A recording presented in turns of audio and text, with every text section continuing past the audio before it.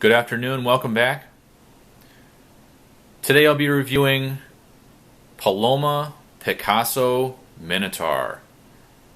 This fragrance was originally released in 1992, so it has some age behind it.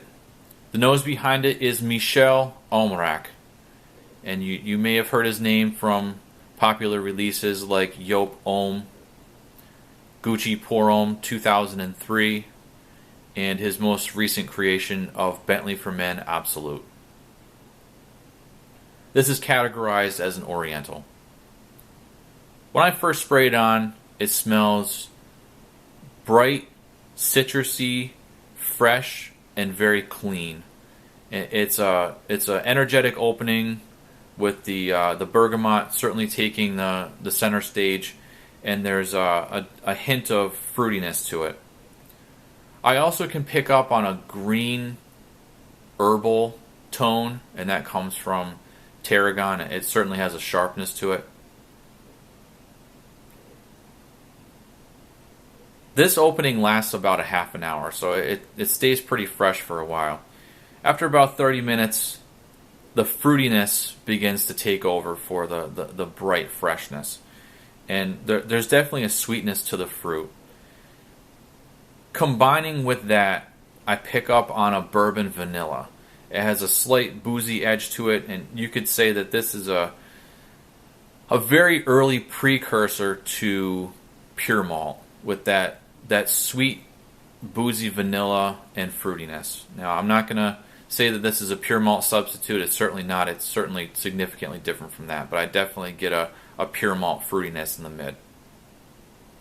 Along with that boozy fruitiness, I also pick up on a more woody tone to it, and that's from an Indian sandalwood. It's been said there's Mysore sandalwood in this, and that note certainly isn't strong enough for me to really pick it out and say, yes, it's absolutely Mysore sandalwood, but it has a pillowy, cloudy feel to it, the sandalwood note.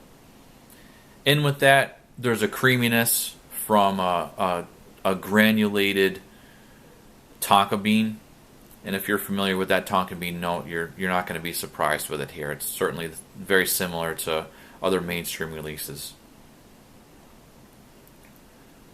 I know there's musk specified in the base, but for me, there's an animalic musk that goes on in the mid that's mingling in with this boozy, fruity vanilla and a creamy, pillowy, woody vibe.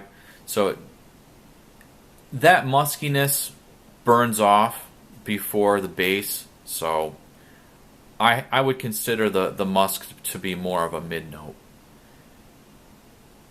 The animalic part of that musk is not dirty. It doesn't smell sweaty like a dog or wet dog or anything like that. It just smells like a clean animal. If you're familiar with how that smells, it's a very minor overtone. It never takes over the composition, but you can definitely tell that there's something going on in there. That it's a minor musky animalic sense.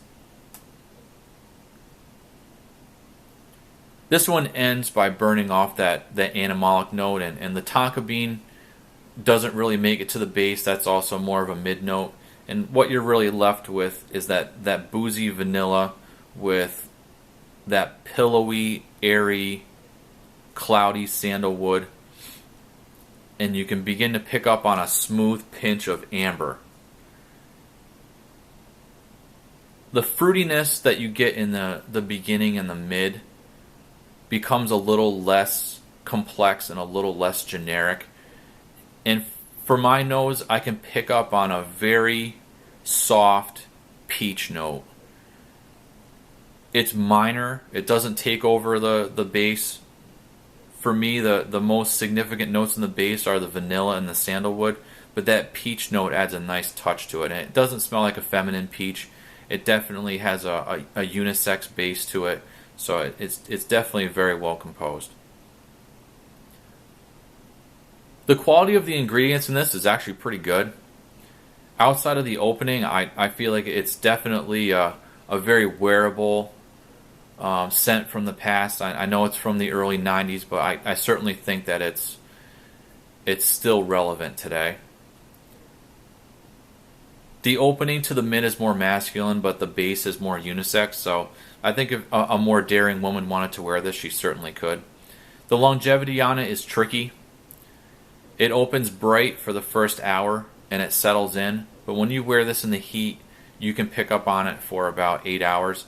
I actually smelled it on myself the next day with that sandal note and vanilla and the peach note lingering, so it definitely has some good longevity to it, but it's going to wear fairly close to the skin. If you wear this one in the heat, you'll be rewarded with good projection. I wore it on an 80-degree day and I had no problem picking it up throughout the day. I would consider this one for work and for a date. It has a very inviting, warm quality to it without ever getting into the sticky, cloying, too sweet area. So it always maintains that woody edge to it, so it never gets out of control. It's blended very well. This bottle you're looking at right here is a vintage Cosmere bottle before it was discontinued and reformulated.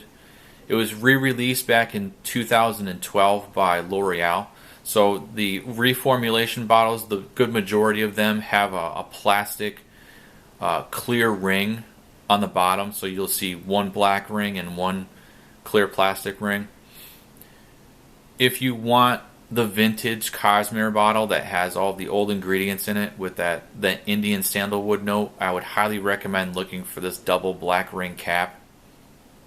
The bottle's cheap, but the juice on the inside is certainly of better quality.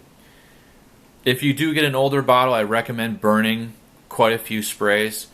The first 5 sprays for me had a plastic smell to it, and that's probably from the juice sitting in the tube for 20 years or so. So definitely don't get your first impression from the first few sprays out of the bottle, because there will be a plasticky smell to it. So burn about 5 or 6 sprays and you'll certainly get the best juice in the bottle. If you've tried this one, let me know what you think about it. It's really not talked about. I think it's a great gem from Cosmere, who created other fragrances from Ralph Lauren back in the 90s. They had a tendency to use very high quality ingredients. I feel like this one doesn't have the same quality that the vintage Polo does, but it certainly uses some good ingredients in the base that I think you'll enjoy for the price. If you can pick this 50 ml bottle up for less than $30, I would highly recommend it. If you enjoy the sandalwood from Maitre, Parfumeur, et Gantier, that type of pillowy, soft sandalwood with a slight edge to it, I think you would really enjoy this one as a compliment for summertime wearing. Thanks for watching, and stay tuned for more reviews.